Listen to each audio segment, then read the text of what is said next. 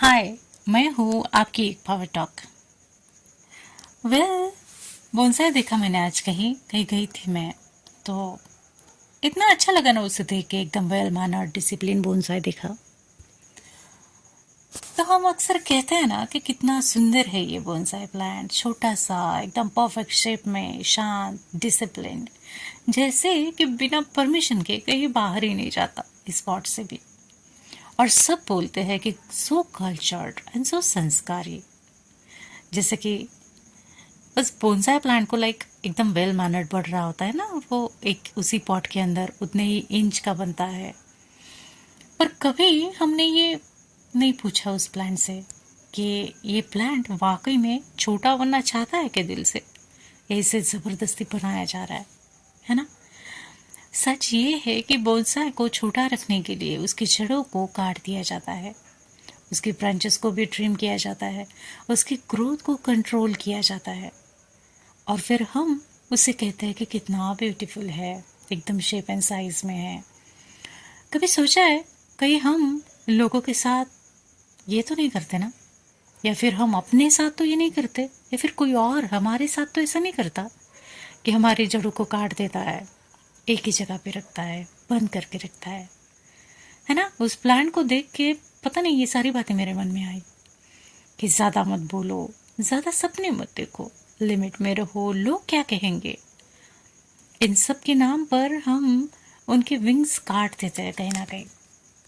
और ये सब कुछ पता है क्यों? सिर्फ वो मैनेजेबल लगे, इसलिए कि सुंदर दिखे, मैनेजेबल लगे,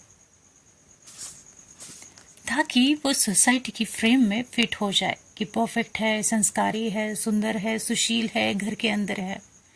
ये सोसाइटी की फ्रेम है ना, इसमें वो फिट हो सके। और जब वो चुप रहने लगते हैं, जब वो अपनी खुशी को सेक्रीफाइस कर देते हैं, जब वो खुल के जीना छोड़ देते हैं, तो हम कहते हैं कि कितने समझदार हो, है ना। कभी किसी चीज़ पर बहस नहीं करते हो, क्योंकि सेक्रीफाइस कर चुके होते हैं ना, बहस करना ही बंद कर देते हैं। और अंदर ही अंदर वो जी रहे होते हैं, घुट घुट के जी रहे होते हैं, या सिर्फ एग्जिस्ट कर रहे होते हैं इस दुनिया में। डिसिप्लिन और संस्कार गलत नहीं है, मुझे नहीं लगता ये दोनों चीज़ें गलत है। पर ग्रोथ को मार देना सिर्फ सुंदर दिखने के लिए, या फिर ये प्यार नहीं होता। खुद के साथ ये प्यार नहीं होता खुद के साथ। अगर कोई इंसान ज़्यादा सपने देखता है, ज़रा लाउड है, ज़रा अलग सोचता है, तो हो सकता है वो बिग ट्री बनने के लिए पैदा हुआ है, बॉन्साई बनने के लिए नहीं। और सुनो, अगर तुम खुद को हर जगह एडजस्ट करते हो ना, छोटा महसूस कर रहे हो, तो याद रखना तुम्हारी ग्रोथ प्रॉब्लम नहीं है। कभी कभी प्रॉब्लम वो पॉट होता है जिसमें हमने खुद को बांध लिया होता है ना। कि हम सोचते कि नहीं, इस पॉट से हम बाहर ही नहीं जाएंगे, जो भी करना है इस पॉट के अंदर रहकर ही करेंगे। नहीं कर सकते, पॉट को ब्रेक करके आगे जाना ही पड़ता है। खुद को खुल के जीने दो यार, अपने रूट्स को फैलने दो। तुम वाइल्ड हो सकते हो, तुम फ्री हो सकते हो, पर अपने ख्वाहिशों को दबा कर नहीं, अपनी ख्वाहिशों के साथ।